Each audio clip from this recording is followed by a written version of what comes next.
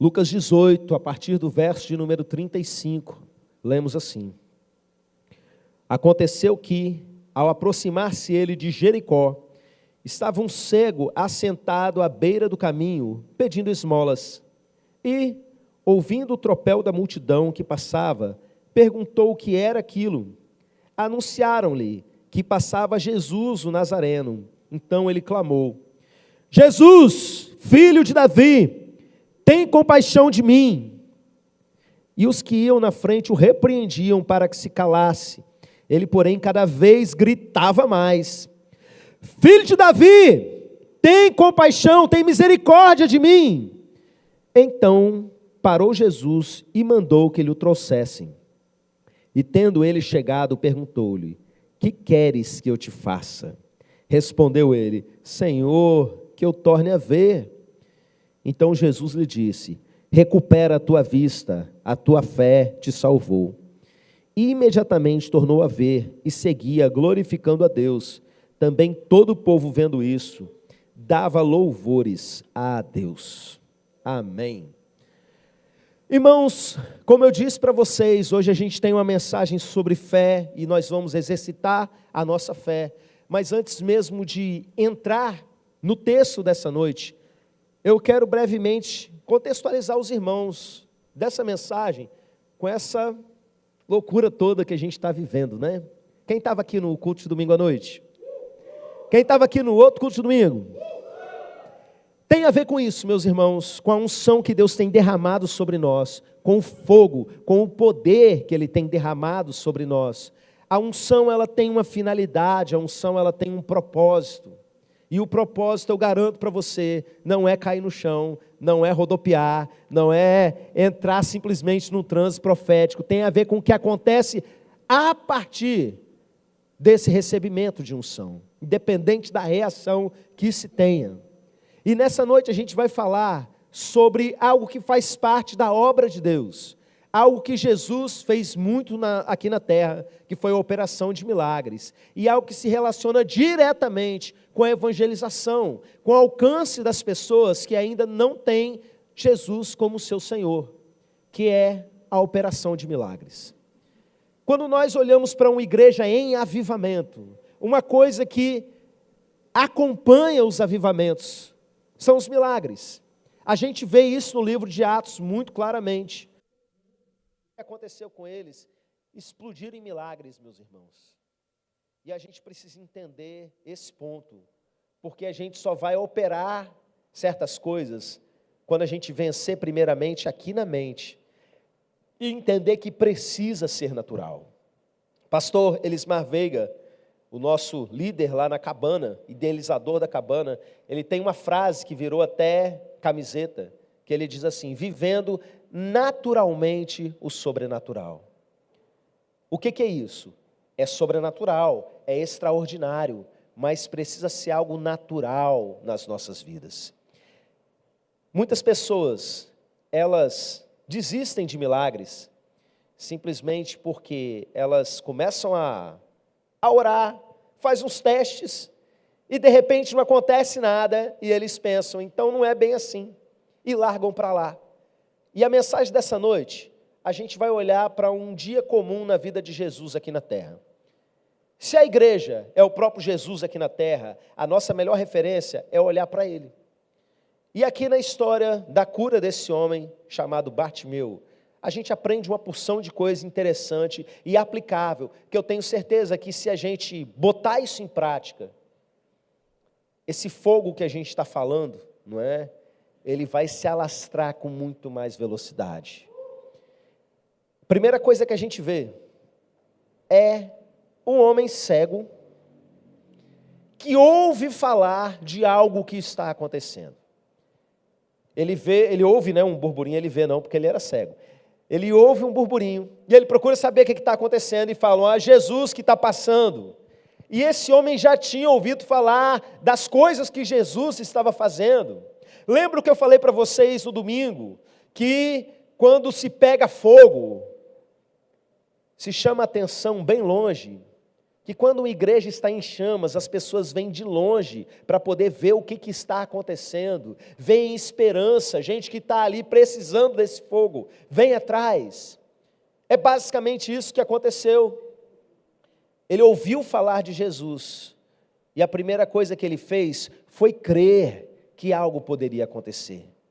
A gente vê na sequência dos fatos que esse homem realmente acreditou que algo poderia acontecer. Então a primeira coisa que Deus vai fazer, meus irmãos, é restaurar a fé de pessoas aqui nesse lugar. Você precisa voltar a crer, independente de qualquer coisa.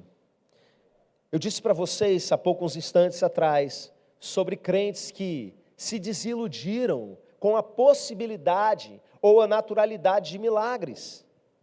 Eu conheci pessoas que deixaram de crer, se tornaram até ateus. Eu me lembro de uma aluna minha que ela falou assim: eu orei para minha avó não morrer, e minha avó morreu, então Deus não existe. A gente olha uma lógica maluca, né? Tipo assim, a avó de ninguém ia morrer por essa lógica. Porque todo neto vai orar para a avó não morrer, né? Mas o ciclo da vida não é assim. Não é dessa maneira que as coisas funcionam. A gente consegue ver o absurdo do raciocínio da menina, mas a verdade é que no dia a dia, muitas pessoas acabam tendo essa prática e param de orar com a fé que deveriam, porque naturalmente vão achando que o milagre não é para acontecer de qualquer forma. Não é algo acessível. Para vocês terem uma ideia, esse sentimento entrou no meio da teologia, e boa parte da teologia reformada hoje se declara cessacionista. Você sabe o que isso quer dizer? Cessacionista é aquela pessoa que crê em tudo que está na Bíblia, mas acredita que os dons espirituais, eles cessaram. Não existe mais profecia, não existe mais milagre, não existe mais cura. E isso tem um fundamento bíblico. Qual é o fundamento bíblico? Esses sinais acompanharão os que crerem. E se o cara não crê, não vai acompanhar.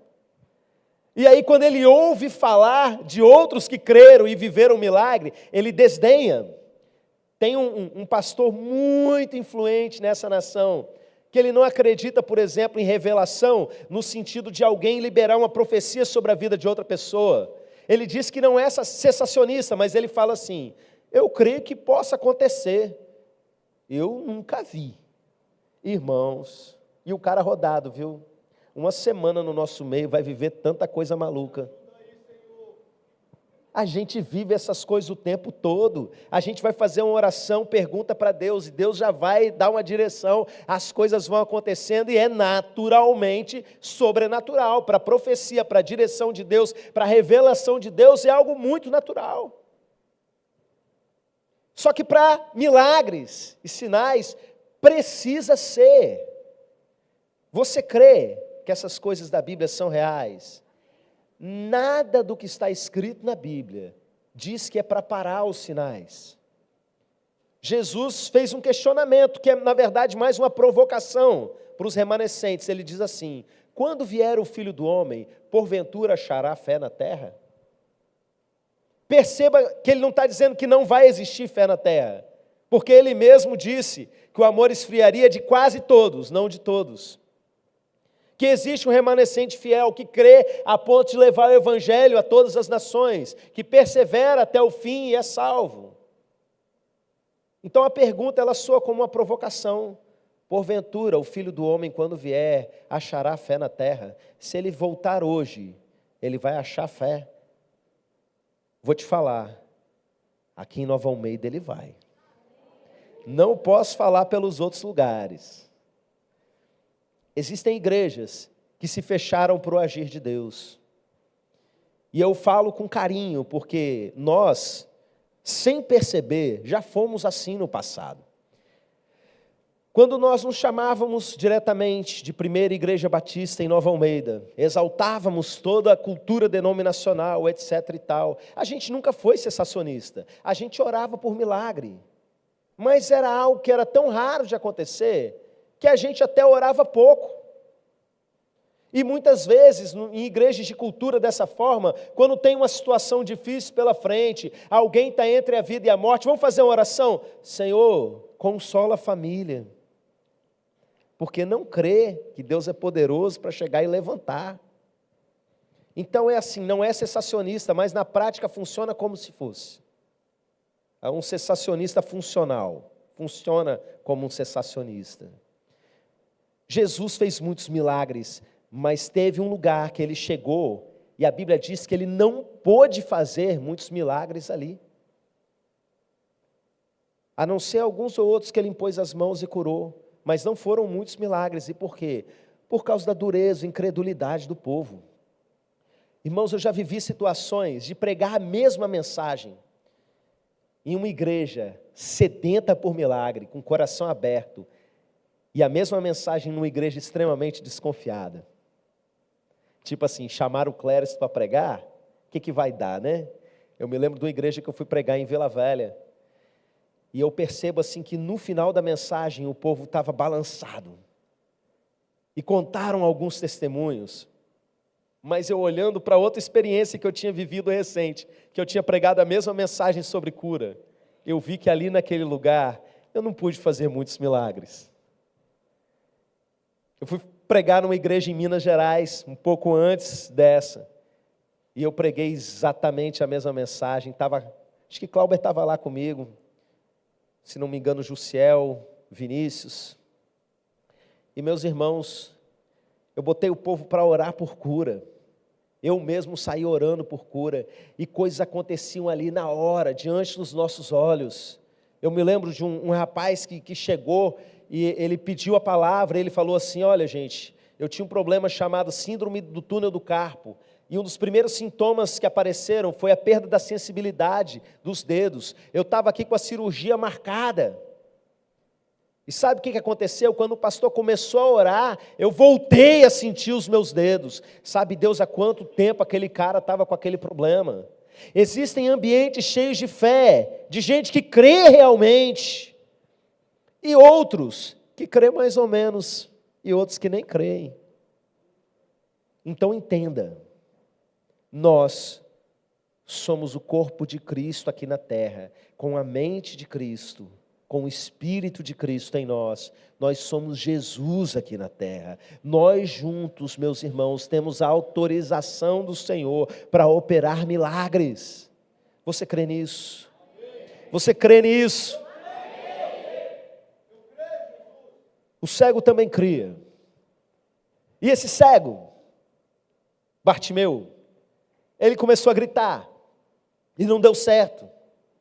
E as pessoas mandaram ele calar a boca. E ele começou a gritar mais alto ainda. Até que Jesus chegou para ele e falou: o que queres que eu faça? Você sabe o que isso ensina para a gente, meus irmãos? Uma coisa que Jesus ensinou por meio de parábolas: o princípio da insistência, até que a resposta da oração venha.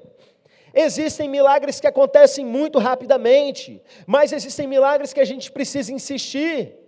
E como eu estava falando para vocês, às vezes as pessoas pedem algumas vezes e simplesmente largam para lá e se convencem que aquilo não é vontade de Deus, ou que não é para acontecer, e que na verdade estão vivendo um processo e que Deus não vai curar, e que tudo vai ser processo.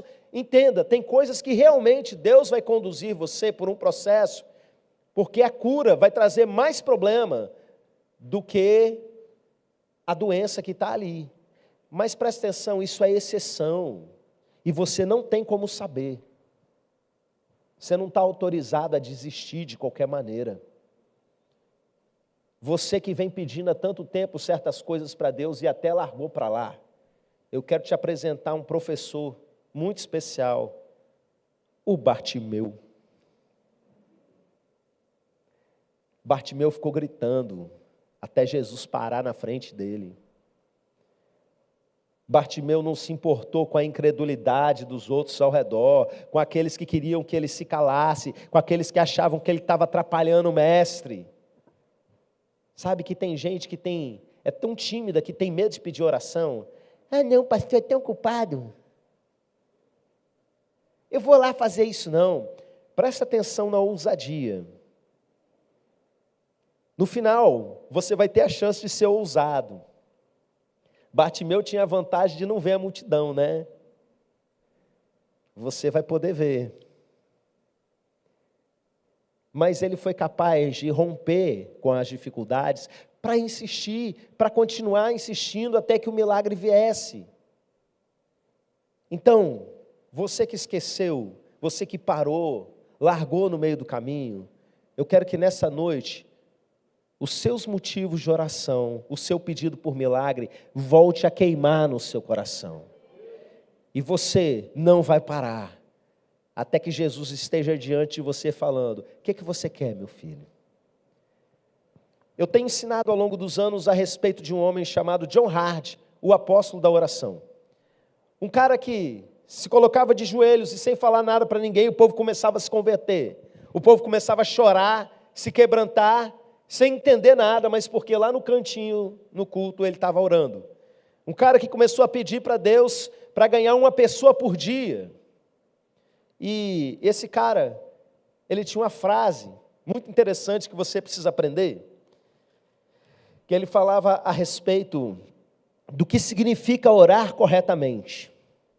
Orar corretamente significa continuar orando até que Deus responda. Entendeu? Continuar orando até que Deus responda. E a resposta veio. E Jesus parou na frente de Bartimeu e perguntou: o que você quer que eu faça? Isso é uma pergunta estranha, porque o cara é cego. Todo mundo sabe que Jesus está curando o cego. Ele está gritando na beira da estrada. E Jesus chega e pergunta: o que você quer que eu faça? O pastor Cláudio Duarte, ele acha que Jesus estava fazendo uma piada, porque ele, como humorista, né, ele enxerga a Bíblia do ponto de vista, né, do humorista. E que o cara, de repente, respondia: eu quero um cão-guia, ou algo desse tipo. Mas, meus irmãos, eu aprendo algumas coisas com essa pergunta de Jesus. Já ensinei isso em outros momentos aqui na igreja. A primeira é: você realmente quer um milagre? Porque tem gente que diz que quer, que até pede oração, mas não quer ser curado. Às vezes isso a nível inconsciente, às vezes consciente mesmo. A ponto de pessoas que convivem com ela olhar e falar: não, essa pessoa realmente não está querendo sair desse estado. Algumas pessoas se acostumaram com aquele estilo de vida, com a situação de dependência, e tem aquilo que eu chamo de ganho secundário.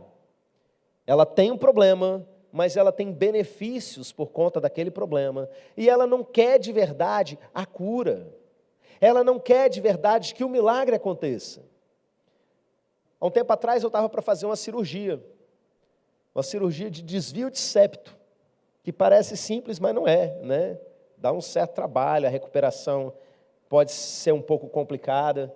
E tinha um irmão aqui na igreja, numa sala de oração, ele começou a orar por mim, para que eu fosse curado, para que eu não precisasse fazer essa cirurgia. E ele sentiu muito forte como Deus mandando ele calar a boca e parar de orar. Aí ele veio conversar comigo e contou a experiência. Eu falei: irmão, para, eu quero fazer a cirurgia, é de propósito. A médica falou que eu posso, eu perguntei quantos dias de atestado vai ter, porque eu estava tão cansado, meus irmãos, pastoreando e sendo professor, trabalhando, sem ter tempo para descansar. E aí apareceu essa possibilidade de pegar, acho que era 1 semana de atestado. O quê? O professor só descansa um pouquinho nas férias. E aí ele: entendi, então é por isso que não é para pedir, né? Sim. Mas eu estava falando de uma coisa boa. Tem gente que não. É como se o cego virasse e falasse assim, ao invés de pedir que eu veja, ele falasse: me dá um trocadinho aí. Você é famoso? Me dá um troco. Quando você pensa no problema que te aprisiona e que você pede um milagre, você está disposto para uma vida sem esse problema? Você está disposto a viver algo para além desse problema que você tem? Eu já vi pessoas, meus irmãos, que eu fui orar, e elas por simpatia diziam: não, pode orar sim, mas na verdade não queriam a cura, coisa nenhuma, a ponto de depois comentarem com outras pessoas: eu nem queria ser curada. E Jesus vai lá e pergunta para ele. E se ele perguntar para você nessa noite: se você chegou nesse estado de se sentir realmente diante do Senhor, a ponto dele falar para você, pode pedir. Você realmente quer? Ou melhor dizendo, você sabe realmente o que você vai pedir? Porque a outra coisa que eu aprendo, meus irmãos, com essa pergunta de Jesus, é que Jesus está dando uma carta branca para o Bartimeu.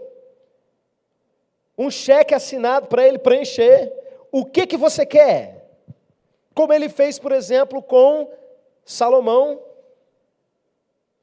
Deus aparece para Salomão num sonho e pergunta, o que você quer? Me pede qualquer coisa. E Salomão vai lá e pede sabedoria. E Jesus vira para aquele cego e fala, o que você quer? Ele poderia dizer, eu quero uma Ferrari com um motorista, a Ferrari da época, né? Literalmente vários cavalos puxando. Às vezes, a gente tem Jesus perguntando para a gente, mas a gente não sabe direito o que realmente a gente precisa. Às vezes você acha que o que vai resolver sua vida é um casamento, e não é. Às vezes você pensa que o que vai resolver sua vida é dinheiro, e não é. O que realmente você quer? O que queres que eu te faça? Aquele homem entendeu que ele queria ver, que eu veja, Senhor. A partir do momento que ele começa a ver, ele não pede mais esmola, agora ele tem que trabalhar. Antes ele estendia as mãos, ganhava o troco. Não tinha trabalho no sentido de ir para um lado para o outro, que as pessoas é que carregavam. Era uma vida de dependência. Glória a Deus, agora vê, mas a partir do momento que é curado, vai ter que romper com certas coisas que se está acostumado. E glória a Deus por isso. Mas precisa entender se de fato é o que se quer. E aí, meus irmãos, o texto diz que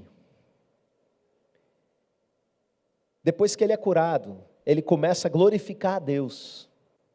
E as pessoas que estão ali com ele, aquela multidão, também começa a glorificar a Deus por causa do milagre. Porque o milagre, como vocês já me ouviram ensinar em outros momentos, ele não é simplesmente um milagre, ele é um sinal. Ele aponta para alguém, e esse alguém é o próprio Cristo. Por isso, meus irmãos, que é tão importante, quando a gente fala em avivamento, a gente pensar em milagres, porque os milagres vão levar pessoas que não conhecem a Cristo a crer. Eu quero que você pense em pessoas que você conhece, que de repente estão com a sua fé enfraquecida, e de repente você chegar e contar algo extraordinário, sobrenatural que Deus fez, a ponto de não ter como contestar. Há relatos, meus irmãos, de avivamentos ao longo da história, que aconteceram milagres criativos. O que é um milagre criativo? Não é que a pessoa teve muita criatividade na hora de orar, não. É que coisas são criadas, coisas que não existem passam a existir. Um órgão que não existia mais aparece de novo, uma mão cresce de novo. Pensa, meus irmãos, em alguém que de repente conhece alguém sem mão, de repente o cara volta do culto com uma mão. O choque que isso vai causar. Você está entendendo o papel do milagre e a importância que ele tem de testemunhar que nós temos uma fé viva. Irmãos, tem gente frustrada com isso, gente que não tem experiência de milagre para contar, que vai tentar diminuir o tempo todo a importância do milagre e dizer, não, o melhor milagre é o meu testemunho de caráter, mas na verdade é porque não paga preço de oração, de jejum, para desenvolver a sua fé, para operar milagres.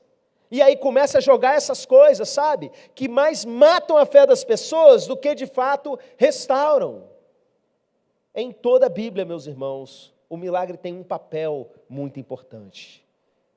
E aí eu volto para aquilo que eu comecei dizendo na mensagem. A unção, ela tem um propósito. Ele me ungiu para. Quem acredita que recebeu algo nesses últimos cultos?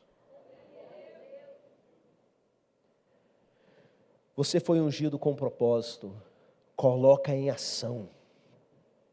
Sabe quando você vai se tornar um operador de milagre? Quando você começar a orar. Eu ensinei algo há uns anos atrás aqui nessa igreja, e eu quero voltar a frisar isso. Alguns entenderam. Irmão Fernando estava testemunhando para a gente na roda de leituras do domingo a respeito disso. Toda vez que alguém reclamar da vida perto de você, essa é uma oportunidade para que a glória de Deus se manifeste. A pessoa falou que está com dor de cabeça, você tem que se oferecer para orar, mas não é com aquela timidez assim, aqui, deixa eu orar por você. Não, é com a fé que vai contagiar a pessoa, que vai fazer com que ela se sinta um Bartimeu cheio de fé, que deseja aquilo com todo o seu coração, que crê realmente que o milagre vai acontecer. Eu estou com a dor de cabeça, é porque eu não orei por você ainda. Deus é poderoso para fazer isso, eu já orei, pessoas foram curadas de dor de cabeça, você crê nisso? A pessoa, eu quero, aleluia! Parte para cima, não deixa passar. Eu estou com um problema lá no meu trabalho, que isso, que aquilo, o patrão está querendo me mandar embora. Você chega, peraí que vamos resolver esse negócio agora, eu sou íntimo do papai. Vamos resolver, botar um ponto final nessa história. Senhor, muda essa realidade de hoje para amanhã. Quando esse homem botar o pé dele lá no trabalho, que ele seja reconhecido pelo trabalho dele, ou que essa pessoa que está perseguindo ele, receba um saculejo, se necessário for, seja até mandado embora, mas a situação não pode continuar. Ora, bota a sua fé, resolve o problema.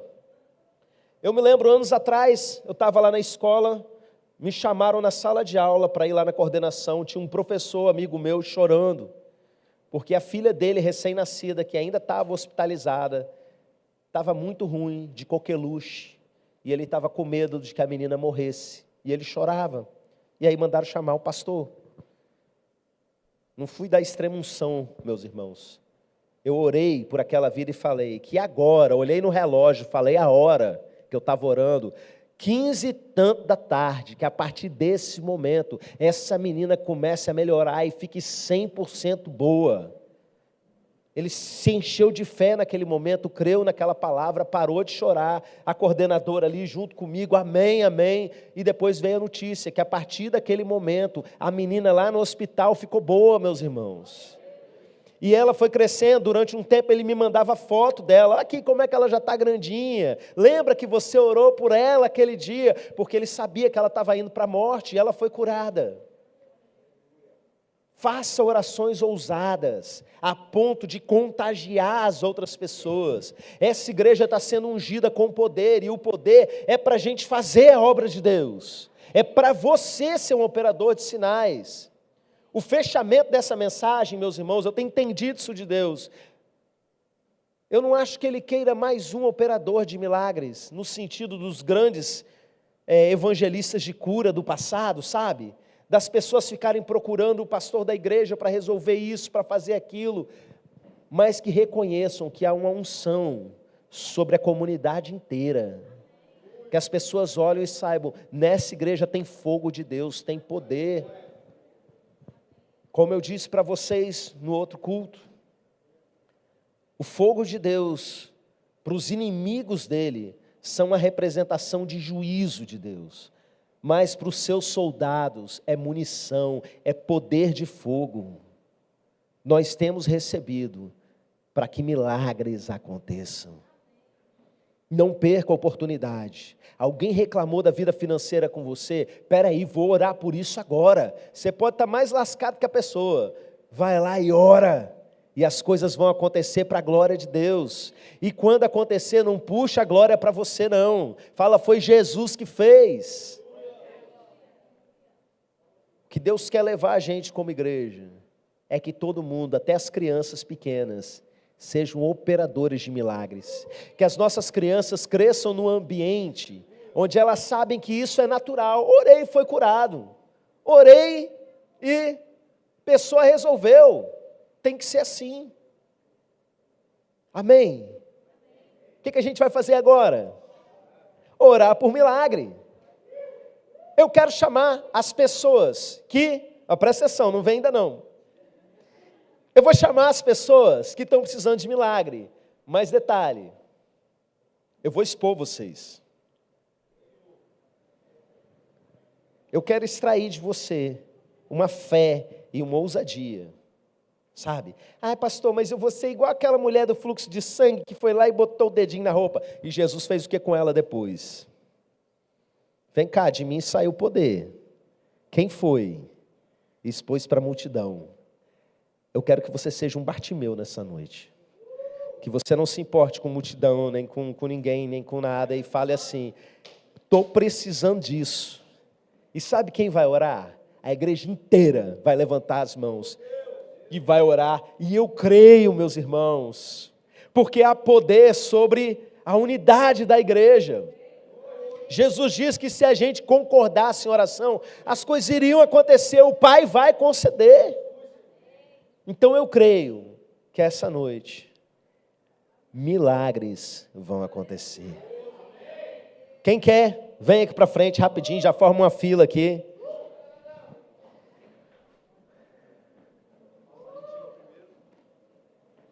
Os fominhas já chegam logo, isso aí. Eu quero que vocês entendam, isso aqui não é o culto da bênção, sabe? Vamos orar pela prosperidade, que o que importa é a bênção pela bênção, não. O que importa é a glória de Deus. Irmãos, o foco está na glória de Deus. O milagre é um sinal, é algo que aponta para o nosso Senhor. Amém? E é isso que precisa acontecer. Como nós temos muitas pessoas, eu preciso que vocês entendam algo a respeito desse momento. Você pode olhar aqui para mim um pouquinho? Olha aqui para os meus olhos azuis.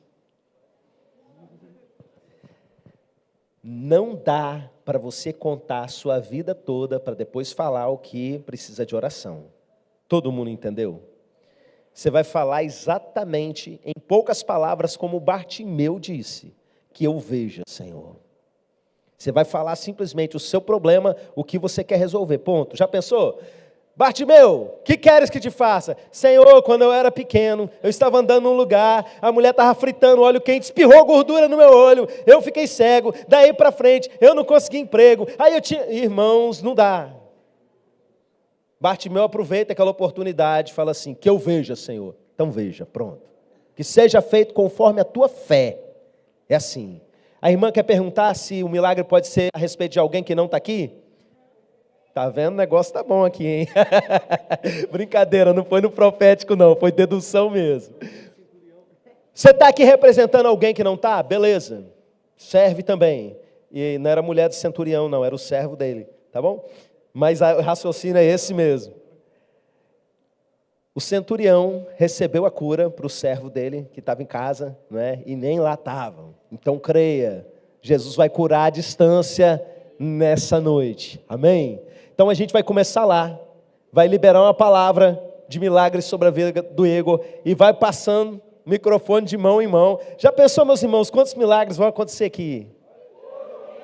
Seja feito conforme a sua fé. Vira para a pessoa que está do seu lado aí e fala assim, como é que está a sua fé?